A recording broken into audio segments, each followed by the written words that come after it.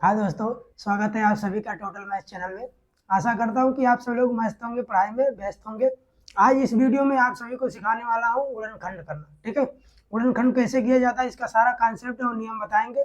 सबसे पहले आप सभी को ये बता दूँ कि गुणनखंड क्या होता है। जैसे मान लो कोई संख्या हो गया 20 ले लो। 20 को हम किस प्रकार से लिख सकते हैं? जैसे इसको हम लिख सकते हैं 5 × 4, ये हो जाएगा बराबर 20। ठीक है, इसको लिख सकते हैं हम 10 × 2 बराबर 20 हो गए, और 20 × 1 ये भी बराबर 20 होगा। तो इस संख्या को दो टुकड़े में बांटना ही गुणनखंड होता है।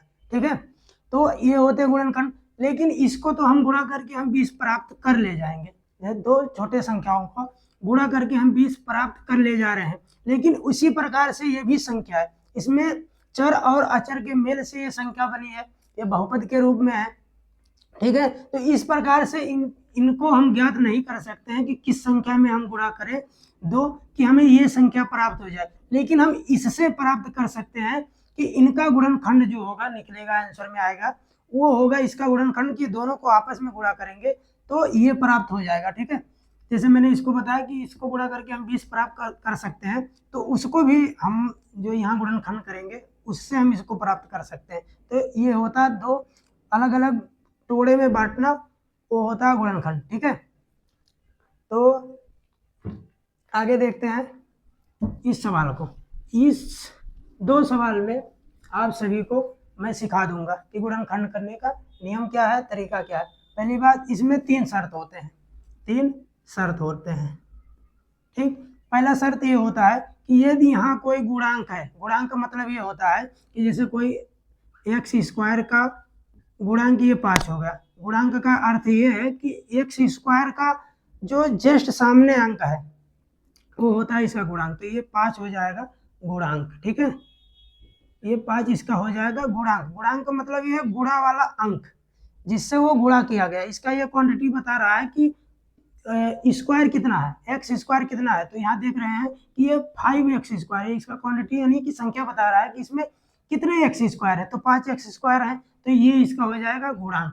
तो इसमें ये देख लीजिए कि यदि कोई भी x² का गुणांक नहीं है तो वहाँ 1 होता है। जैसे मैंने बता दिया कि x², तो इसका मतलब है कि x² बराबर 1 गुणे हम लिख सकते हैं x², ये भी लिख सकते हैं।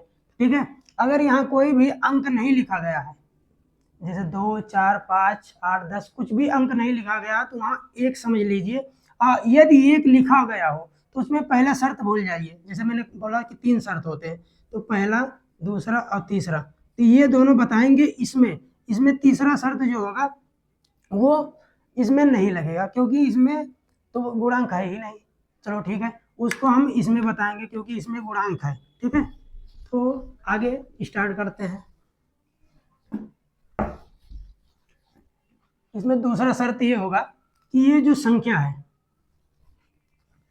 अचर पद जो है 12, तो दूसरा शर्त इसमें ये लगाएंगे कि इसको गुणा करके हमें प्राप्त हो जाए 12। दो ऐसे संख्याओं का हम गुणा करें जो गुणा करने पे हमें 12 मिल जाए। चलो देखते हैं कि हम 3 से गुणा करेंगे 4 में तो हमें प्राप्त हो जाएगा 12।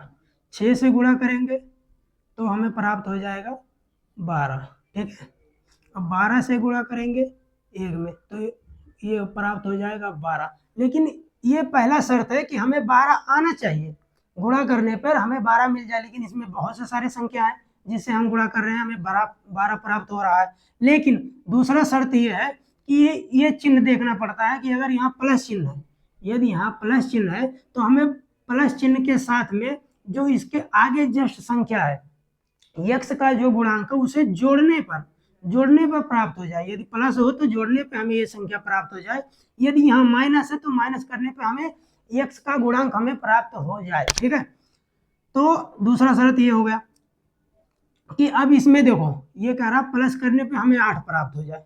तो इसमें देख सकते हैं कि पहला शर्त गुणा करने पे हमें 12 प्राप्त हो रहा है, लेकिन इसमें से कोई ऐसा संख्या है जिसको हम जोड़ करके हम 8 प्राप्त कर सकते हैं? देखो हाँ, ये है 6 + 2, ये बराबर हो जाएंगे 8। तो दूसरा शर्त ये है। ठीक है, अब मैंने एक शर्त छोड़ा है जो मैंने बताया कि अगर गुणांक ना हो तो इसको छोड़ दो। उसका हम उसमें बताएंगे नियम, ठीक है। तो ये दो शर्त होते हैं, पहला ये कि गुणा करने पे हमें 12 प्राप्त हो जाए और जोड़ने पर हमें 8 प्राप्त हो जाए, ठीक है। यही दो शर्त हैं, इसमें बताते हैं इसको लगाकर, और जो है आगे उसमें बताएंगे जो बच रहा है तीसरा वाला, ठीक। तो इसको देखो, एक्स स्क्वायर माइनस, इसको हम क्या लिख सकते हैं, 6 प्लस 2 और लास्ट में एक्स लिखेंगे क्योंकि एक्स यहाँ है, प्लस 12, ठीक है।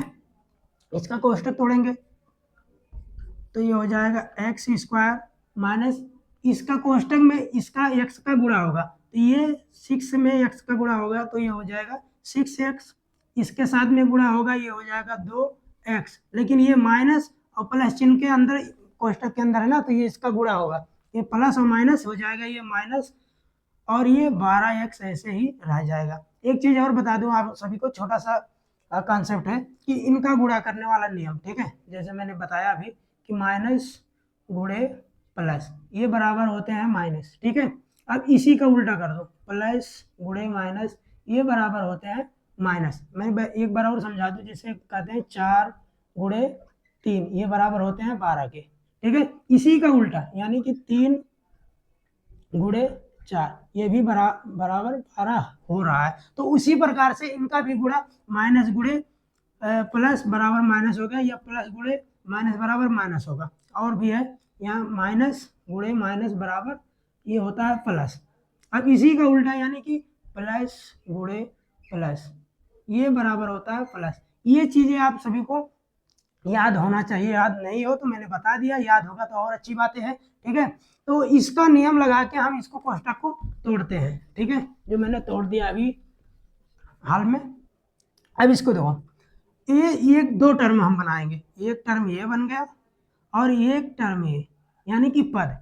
बहुपद में पढ़ेंगे, बहुपद जो होता है ना उसमें पद होते हैं, तो यहाँ चलो उसको नहीं बताएंगे, बस इतना कि इसमें एक टर्म ये है, एक टर्म ये है, इसमें कॉमन क्या है, कॉमन का मतलब किस ऐसी संख्या से हम इसमें भाग दे जो दोनों में सेम हो, कट जाए या निकल जाए, ठीक है। तो देखो इसमें भी x है, इसमें भी x है, ठीक है, तो इसमें x कॉमन हो जाएगा, x कॉमन हो जाएगा, और जो हम कॉमन निकालते हैं उससे पूरे टर्म में हम भाग देते हैं, जैसे हो गया x स्क्वायर, तो इसमें हम x कॉमन लिया तो x से भाग देंगे, इसका मतलब ये हो गया कि x गुणे x डिवाइड बाय x, तो एक x से एक x कट जाएगा तो बचेगा क्या, x बच जाएगा, ठीक है। अब ये 6x है तो 6x में हम भाग देंगे x से, तो x से x कैंसिल हो गया, तो यहाँ क्या बचेगा -6, ठीक है।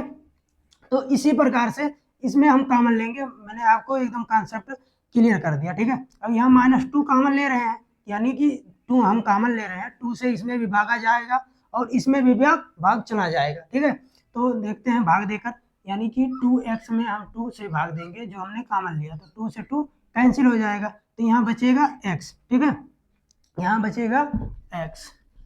और एक बात ध्यान देने वाली है कि इस टर्म में अगर कॉमन ले रहे हो तो ऐसा मतलब दिमाग लगाइए कि यही चीज यहाँ कॉमन में आ जाए, जैसे x माइनस 6, तो यहाँ भी x माइनस 6 होना चाहिए, ठीक है। तो यहाँ क्या कॉमन लें कि मतलब यहाँ -6 बच जाए, ठीक है। तो यहाँ देखो -1 है, ठीक, तो यहाँ माइनस कॉमन लेंगे तो किससे हम यहाँ गुणा करेंगे जो हमें प्लस हो जाए, यानी कि माइनस हम यहाँ 6 लेंगे तो ये हमें गुणा करके तो ये हमें फिर से प्राप्त हो जाएगा। अब देख लीजिए कि ये दोनों सेम ही हो गए, x माइनस 6 दोनों सेम है, तो अब इसमें भी कॉमन है, क्या कॉमन है, x माइनस 6 पूरे टर्म में पूरे बहुपद में ये कॉमन है, ठीक है। तो इसको हम कॉमन ले लें, तो x माइनस 6 जब हम कॉमन ले लिए, ठीक, तो इसमें बचा क्या, यानी कि इसको मैंने इस लाइन से निकाल लिया, तो बचा क्या x माइनस 2। एक बार दिखा दूं आप सभी को, मैंने ये निकाल लिया, मतलब यहाँ से हटा दिया, हटाने के बाद आप लोग देख सकते हैं कि यहाँ बचेगा क्या, समझाने के लिए इसे मिटा रहे हैं, अभी लिख दूंगा दोबारा से। इस लाइन में क्या बचा, आप लोग देख रहे होंगे कि x माइनस 2 बचा ना इस लाइन में, हाँ, तो यही इसका आंसर होगा। चलो हमने जो मिटाया था अब उसको लिख देते हैं, समझाने के लिए मिटाया था x माइनस 6, ठीक है। तो ये जो अब हमें प्राप्त हुआ ये हो जाएगा इसका आंसर, ये हो जाएगा इसका आंसर। अब ये हमें संख्या पता हो गया कि इन दोनों संख्याओं का आपस में हम गुणा करेंगे तो ये संख्या हमें प्राप्त हो जाएगा। ठीक है, ये पहला सवाल ये रहा। और दूसरे सवाल की तरफ बढ़ते हैं। ठीक है, दूसरा सवाल ये है कि 2x square plus 10x minus 12, इसमें ये नियम होता है कि ये जो एक्स स्क्वायर का गुणांक है हम अचर पद में गुणा करेंगे। अचर पद ये है जो कभी बदलता नहीं कि 12, ये अचर होते हैं। कभी चर और अचर अलग वीडियो में समझा दूंगा कि अचर और चर क्या होते हैं। ठीक है, अभी तक बस यहीं तक बताएंगे। तो इसमें हम गुणा करेंगे। दूसरा शर्त जो होता है कि 2 से हम गुणा करेंगे लास्ट वाले में 12 में, तो ये हमें प्राप्त हो जाएगा 24। ठीक है, अब ये पहला शर्त यहाँ कंप्लीट हो गया। जो मैंने इसमें छोड़ा था कि ये शर्त अभी नहीं बताऊंगा, दूसरे में बताऊंगा जिसमें गुणांक होगा।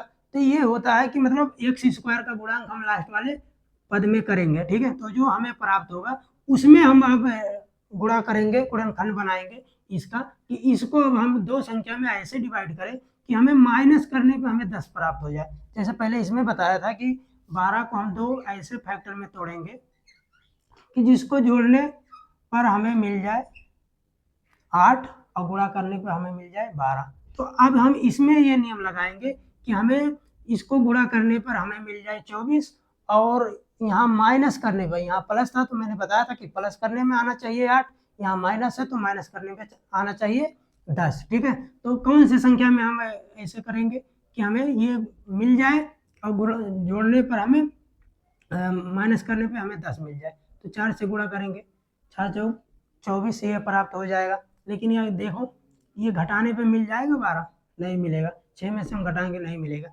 और दूसरा देखो कि 12 गुणे 2 ये बराबर 24 हो जाएगा।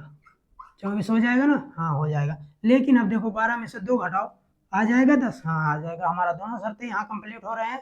तो ये भी अब हमारा गुणनखंड बन जाएगा इस नियम पे। ठीक है, इन दो गुणनखंड से। चलो आगे बताते हैं। अब हमें क्या मिला, इसको 2x स्क्वायर ऐसे लिख लीजिए प्लस हम 12 कैसे 10 कैसे कर सकते हैं, 12 माइनस 2 x माइनस 12। ठीक है, ये पहले की तरह ऐसे बन गया ना, हाँ बन गया। बस इतना ही ध्यान देना है। अब इसको हम पहले की तरह कोष्टक तोड़ेंगे, 2x स्क्वायर प्लस इसका हम इसमें गुणा करेंगे तो ये हो जाएगा 12x, ये प्लस माइनस माइनस हो जाएगा 2x माइनस 12। ठीक है, फिर इस तरीके से बन गया। अब ये 2 टर्म इसमें भी है, एक और ये दो टर्म हो गए। अब इसमें देखिए इसमें भी x है, इसमें भी x है, और 2 से इसमें भी भागा जाएगा, इसमें भी भागा जाएगा। ठीक है, तो अब थोड़ा फास्ट करके 2x मैंने कॉमन ले लिया, तो बचेगा क्या, x प्लस इसमें 2 से हम डिवाइड करेंगे हो जाएगा 6। ठीक है, ये मेरा कॉमन हो गया। अब इसमें देखिए क्या कॉमन हो रहा है, यहाँ 2 है, यहाँ इसमें भागा हो जाएगा, लेकिन x है, x इसमें नहीं है। ठीक है, तो इसमें माइनस कॉमन लेंगे 2। ठीक है, तो यहाँ बचेगा x। अब हम ऐसे कौन सी संख्या से हम अंदर गुणा करें हमें फिर माइनस हमें प्राप्त हो जाए, तो प्लस में हम गुणा करेंगे, यानी कि माइनस से हम गुणा करेंगे प्लस में, तो ये हो जाएगा माइनस, यानी कि 6 बार ये जाएगा, ये हो जाएगा हमारा। ठीक है, अब इसमें पहले की तरीके से देख सकते हैं ये भी कॉमन है और ये भी कॉमन है, तो इसको हम बाहर ले लेंगे, x प्लस 6 बाहर हो जाएगा। अब बचेगा क्या, 2x माइनस 2 ये बच जाएगा। तो इसका बहुपद का ये गुणनखंड बनेगा, इसका आंसर हो जाएगा ये। ठीक है, इन दोनों संख्याओं का आपस में गुणा करने के बाद हमें ये संख्या मिल जाएगा। ये 2 सवाल थे जिसको मैंने बाकायदा नियम और शर्तें सहित मैंने आपको बताया और समझाया।